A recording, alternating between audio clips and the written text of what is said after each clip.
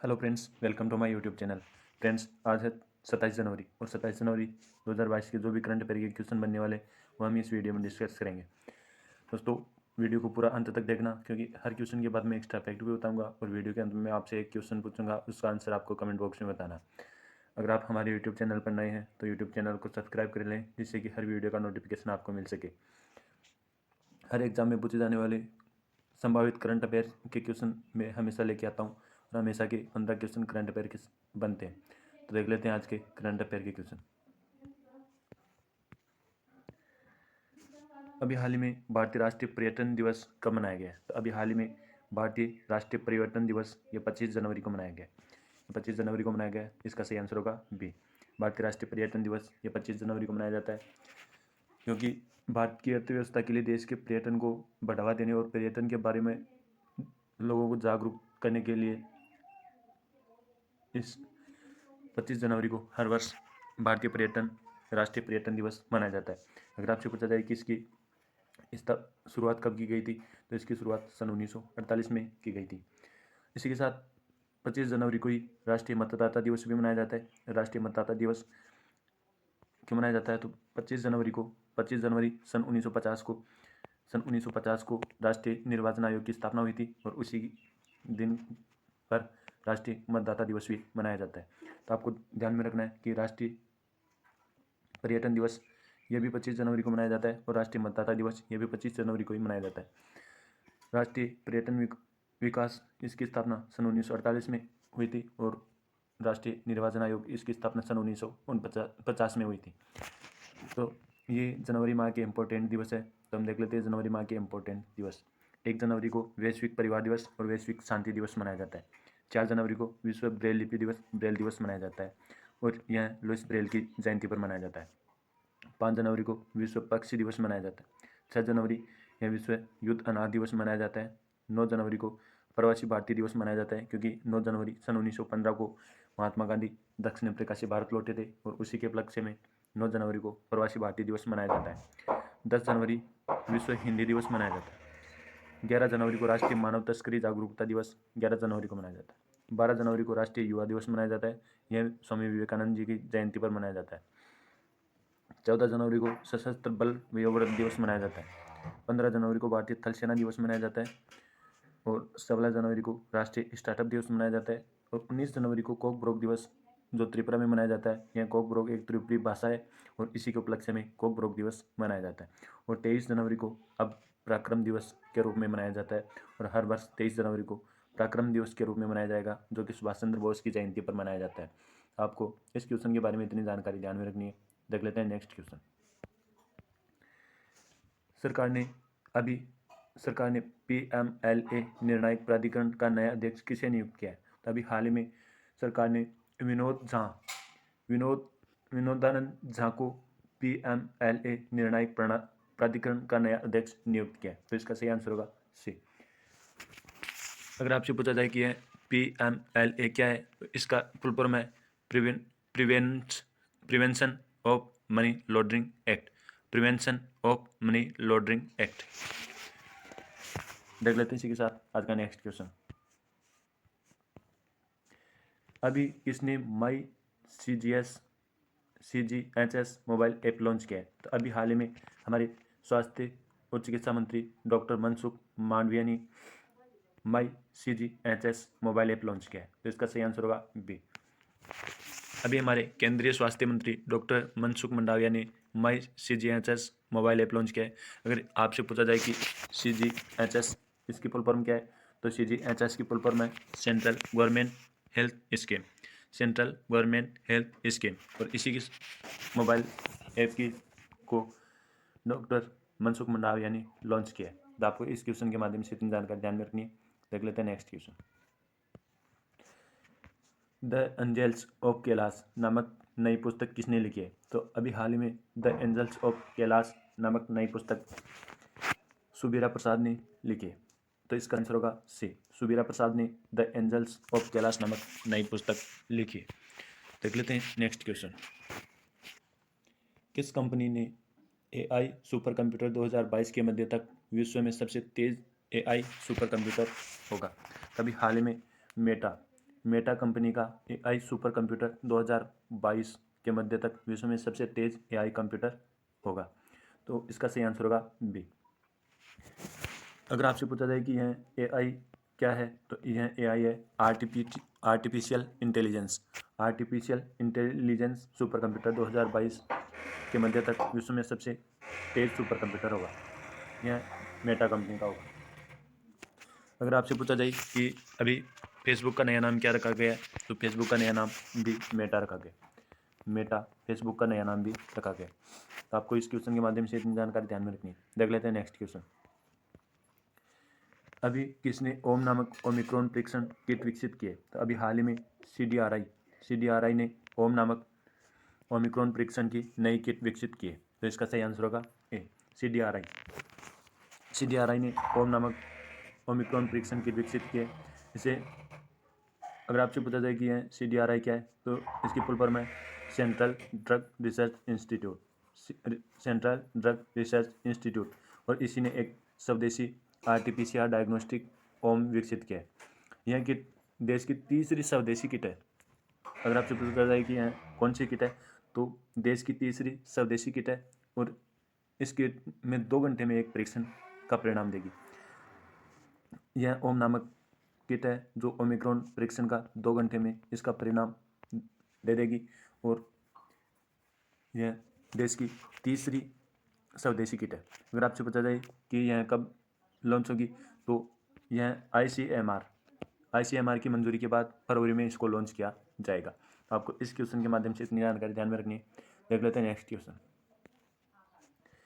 Airtel ने 21 megawatt की सौर इकाई कहाँ शुरू की है? तो अभी हाल ही में एयरटेल ने 21 मेगावाट की सौर इकाई महाराष्ट्र राज्य के बुलढाना में इसकी शुरुआत की है। तो इसका सही आंसर होगा सी।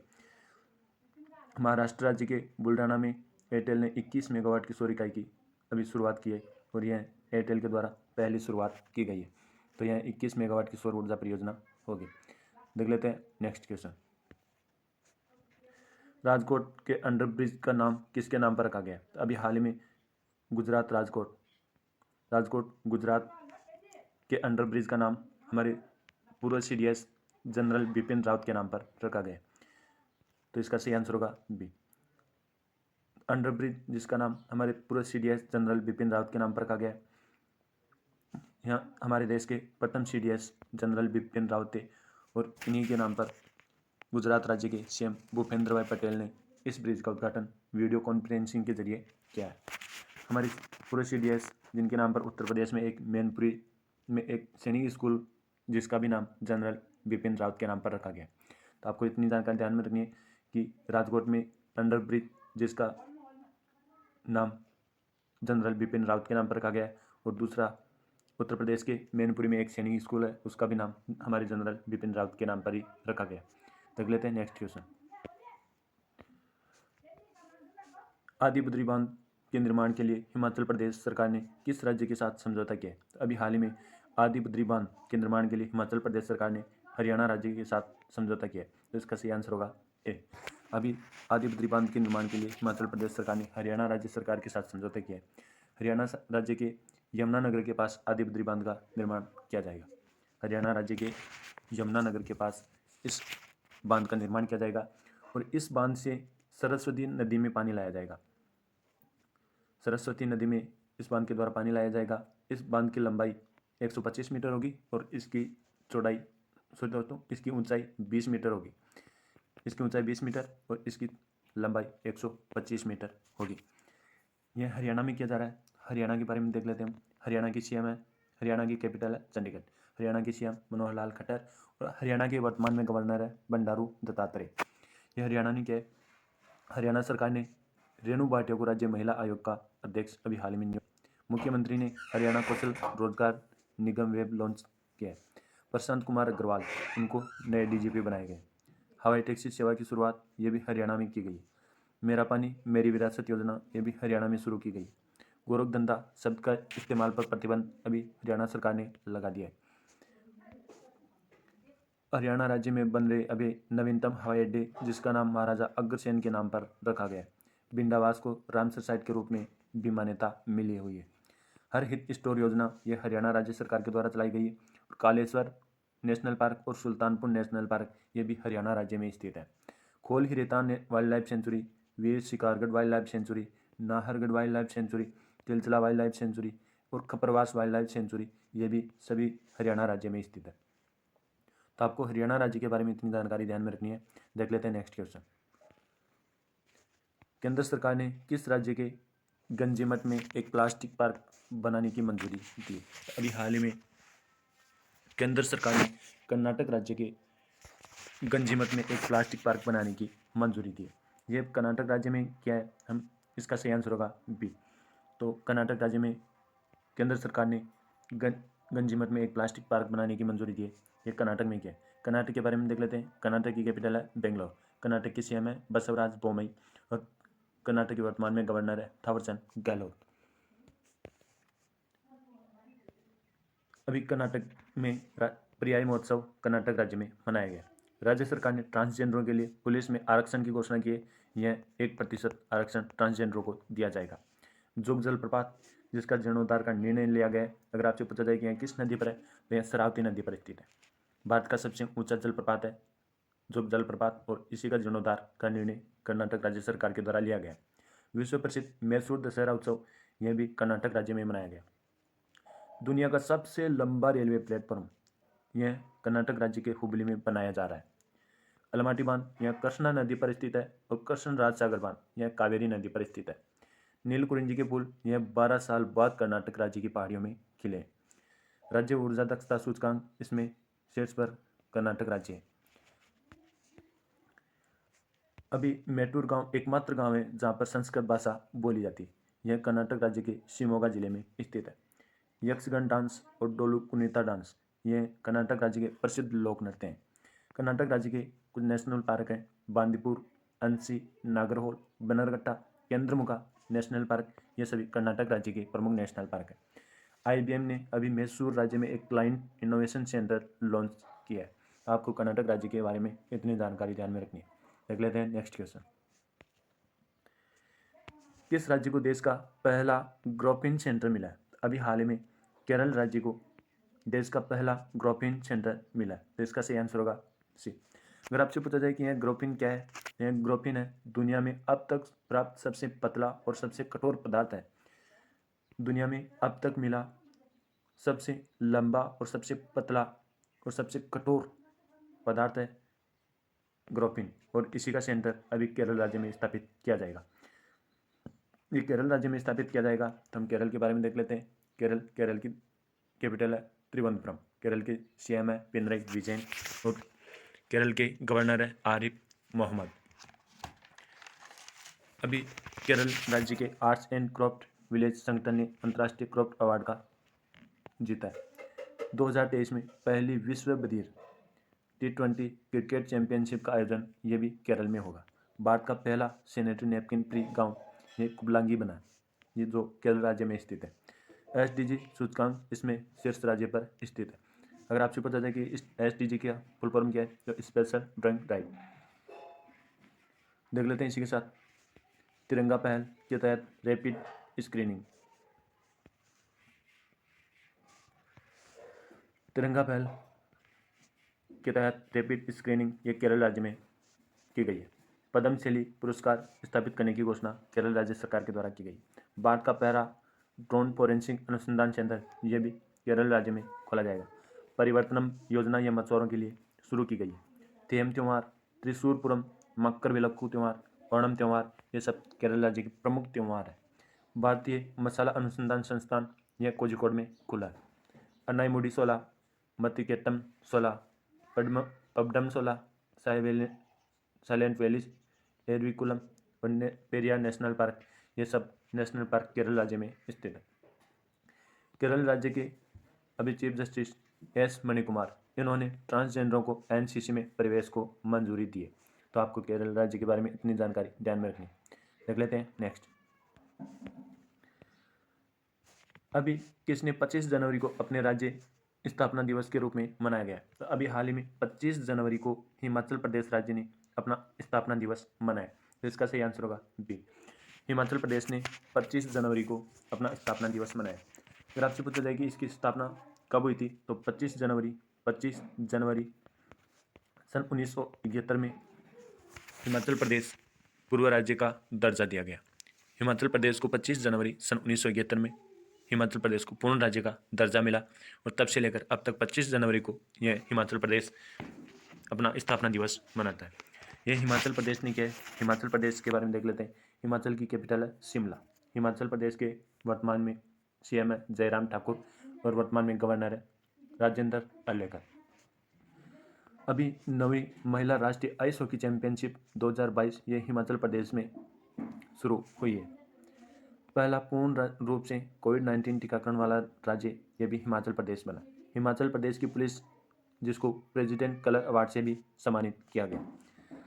ग्रेट नेशनल पार्क, पिनघाटी national park, Kaziranga national park, ये सब खीरगंगा नेशनल पार्क ये हिमाचल प्रदेश में ही स्थित है। 100% घरों में एलपीजी गैस कनेक्शन वाला पहला राज्य ये भी हिमाचल प्रदेश बना। डिजिटल साथी बच्चों का सहारा कौन हमारा योजना ये भी हिमाचल प्रदेश के द्वारा लॉन्च की गई है। मुख्यमंत्री शहरी रोजगार गारंटी योजना ये भी हिमाचल प्रदेश सरकार के द्वारा लॉन्च की गई है। तो आपको हिमाचल प्रदेश के बारे में इतनी जानकारी ध्यान में रखनी है। देखते हैं नेक्स्ट क्वेश्चन। कितने कर्मचारियों को राष्ट्रपति के अग्निशमन सेवा पदक से सम्मानित किया है? अभी हाल ही में 42 कर्मचारियों को राष्ट्रपति के द्वारा अग्निशमन सेवा पदक से सम्मानित किया गया। देख लेते हैं next question. Lucknow IPL team ने अपना आधिकारिक नाम क्या घोषित किया है? अभी हाल ही में लखनऊ आईपीएल टीम ने अपना आधिकारिक नाम लखनऊ सुपर जायंट्स रखा है। तो इसका सही आंसर होगा बी।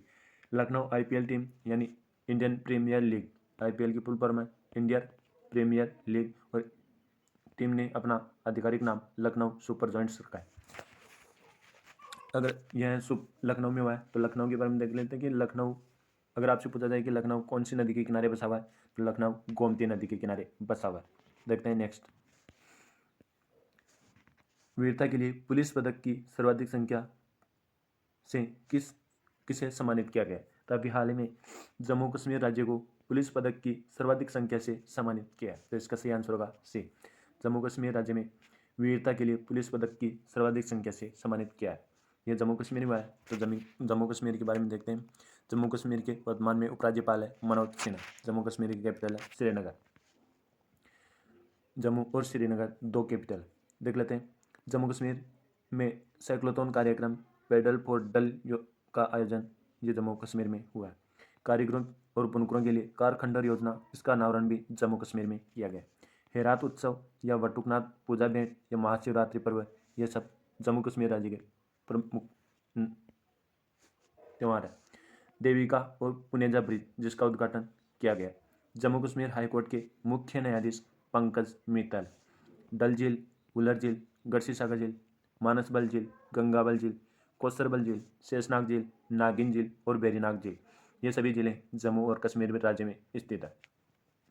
जम्मू कश्मीर राज्य के प्रमुख लोक नृत्य हैं बच्चा नगमा, बाण जशन, रूप, दमहल, वुच्ची नूचन ये प्रमुख लोक नृत्य हैं। जम्मू कश्मीर में जो जिला दर्रा, बनिहाल दर्रा और बुज्जिल दर्रा ये भी जम्मू कश्मीर राज्य में स्थित है। जम्मू कश्मीर राज्य के प्रमुख नेशनल पार्क है Dachigam national park, Kishtwar national park, Salim Ali national park ये जम्मू कश्मीर राज्य में स्थित है। Doctor Salim Ali national park ये राज्य में स्थित है। लेकिन आपसे पूछा जाए कि doctor Salim Ali bird sanctuary कहाँ स्थित है तो यह गोवा राज्य में स्थित है। सरकार ने अभी हिंदी, उर्दू और अंग्रेजी त्रिभाषी भूमि पासबुक ये जारी करने का फैसला भी जम्मू कश्मीर राज्य के द्वारा किया गया है। तो आपको जम्मू कश्मीर राज्य के बारे में इतनी जानकारी ध्यान में रखनी है। देखते हैं नेक्स्ट। आपसे क्वेश्चन पूछा गया था कि बीएसएफ ने कहाँ ऑपरेशन सरदवा शुरू किया है? अभी हाल ही में बीएसएफ ने राजस्थान में ऑपरेशन सरदवा शुरू किया है। आपका आज का क्वेश्चन है जिसका आंसर आपको कमेंट बॉक्स में बताना है कि दुनिया में ककड़ी और खीरे का सबसे बड़ा निर्यातक देश कौन बना? तो आपको इस क्वेश्चन का सही आंसर कमेंट बॉक्स में बताना है। और अगर आप हमारे यूट्यूब चैनल पर नए हैं तो हमारे यूट्यूब चैनल को सब्सक्राइब करें। अगर आपको किसी भी क्वेश्चन में डाउट हो तो कमेंट बॉक्स में ज़रूर बताएं। Thank you.